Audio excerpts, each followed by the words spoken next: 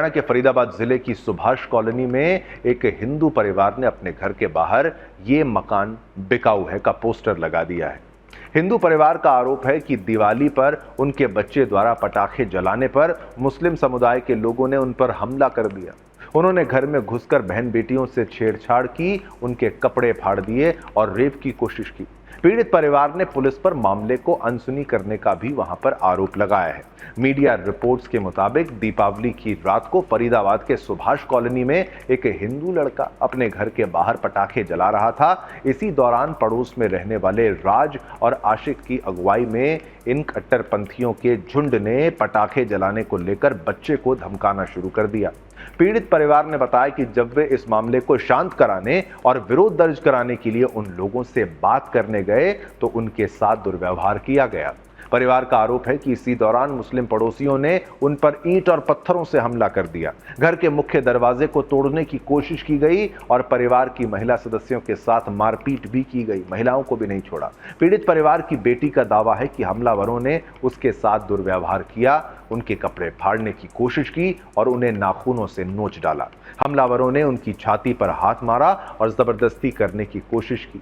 बेटी ने कहा कि हमने पुलिस से भी शिकायत की लेकिन कोई सुनवाई नहीं हुई है। इस हमले के बाद पड़ोस में लगे सीसीटीवी कैमरेज में सब कुछ जो है वो रिकॉर्ड हो गया है। फुटेज में कई लोग दुर्गा प्रसाद के घर पर पथराव और दरवाजे को तोड़ने का प्रयास करते दिख रहे हैं। फुटेज में महिला और बच्चे पर किए गए हमले का भी दृश्य सामने आया है, जिसमें आरोपितों द्वारा उनके घर पर हमला किया जा रहा है। इस दौरान हमलावरों की संख्या 40 से 50 तक की थी। घटना के समय मौजूद कुछ पड़ोसियों ने यह गवाही दी कि उन्होंने दुर्गा प्रसाद के घर पर हुए हमले को देखा है।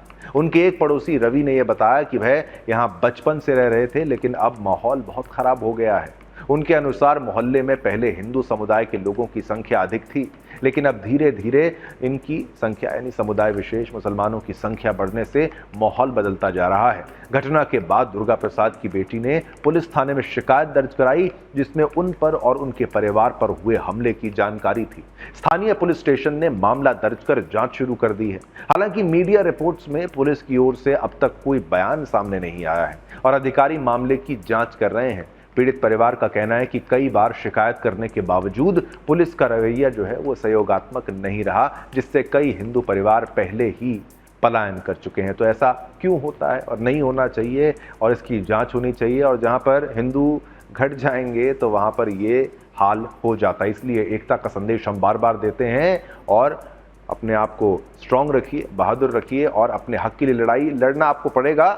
लड़ना इसलिए पड़ेगा कि भाई बहन बेटियों की आबरू की अगर रक्षा करनी है तो खुद को मजबूत रखना होगा, एक रखना होगा। ये उसी खबर से सीख लेने का प्रयास आप भी करिए जो हम आपको दिखा रहे हैं। चलिए, इस खबर को हमने आपको दिखाया, तस्वीरें आपको दिखाई। इस खबर पर पोल के माध्यम से आपसे प्रश्न जो पूछा गया उसको भी हम आपके सामने रखेंगे कि भाई कैसे ये सब कुछ हो रहा है और पटाखे फोड़ने को लेकर कैसे ये भड़क गए हैं, तो इसका इलाज क्या है।